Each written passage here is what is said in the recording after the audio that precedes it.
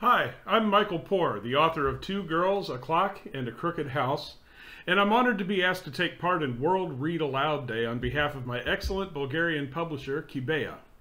What an honor to take part in this.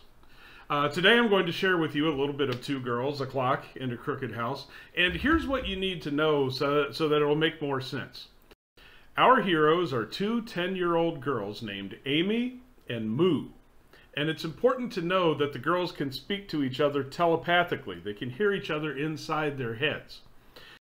Amy and Moo have gone back in time 30 years and are trying to avoid a witch who eats children.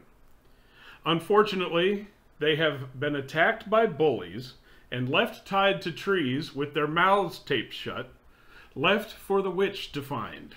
And now, night has fallen. Moo was crying. It's a strange thing to hear someone else crying inside your own head. It makes you feel like crying too.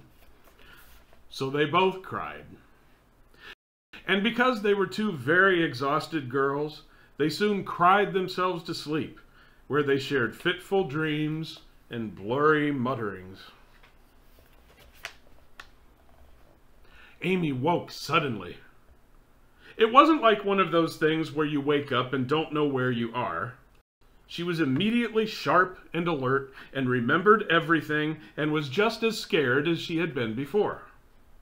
More scared, because something felt different now, and she didn't know what it was yet. The wind had died down a lot, but it wasn't that.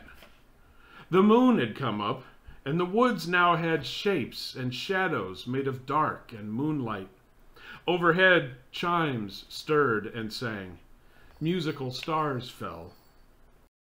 Something, Amy knew, had awakened her, but she didn't know what. Moo! I'm awake, Moo answered. I hear it too.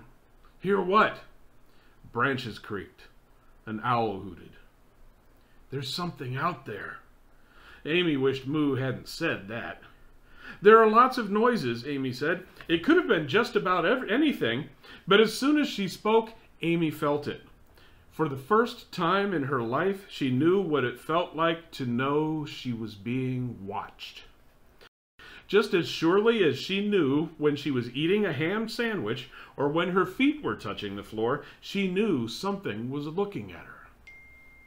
She watched the woods, barely breathing. She found herself watching one particular part of the woods, actually. A tree, half hidden in shadow, half bathed in moonlight. A tree with a peculiar, untree-like quality. As Amy gazed fixedly at this tree, it moved, and was not a tree at all, but a person. Amy and Moo both screamed against their duct tape.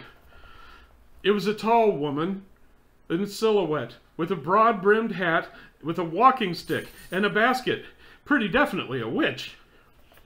The witch seemed to sense that she had been discovered.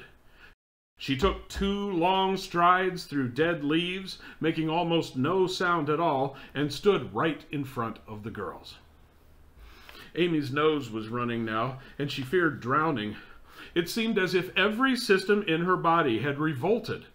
Terror hurt her stomach, her heart, her head. She felt like someone had installed a washing machine inside her.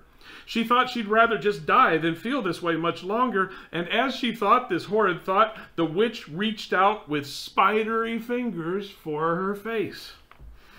Amy closed her eyes and waited for her brain to be sucked out or to feel the witch's teeth scraping against her skull.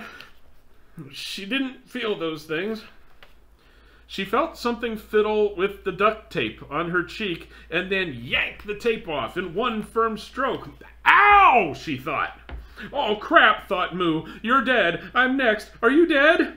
Don't eat me, Amy said to the witch. The thing was in shadow or indistinct moonlight. Nevertheless, the witch inclined her head as if examining Amy and considering what she had said. Why not? Asked the witch. Do you taste funny? And that's the end of my excerpt from Two Girls, a Clock, and a Crooked House. Once again, thank you to my Bulgarian publisher, ＫИБЕА, and to everybody behind World Read Aloud Day. What an honor and what a great idea. Take care, everybody.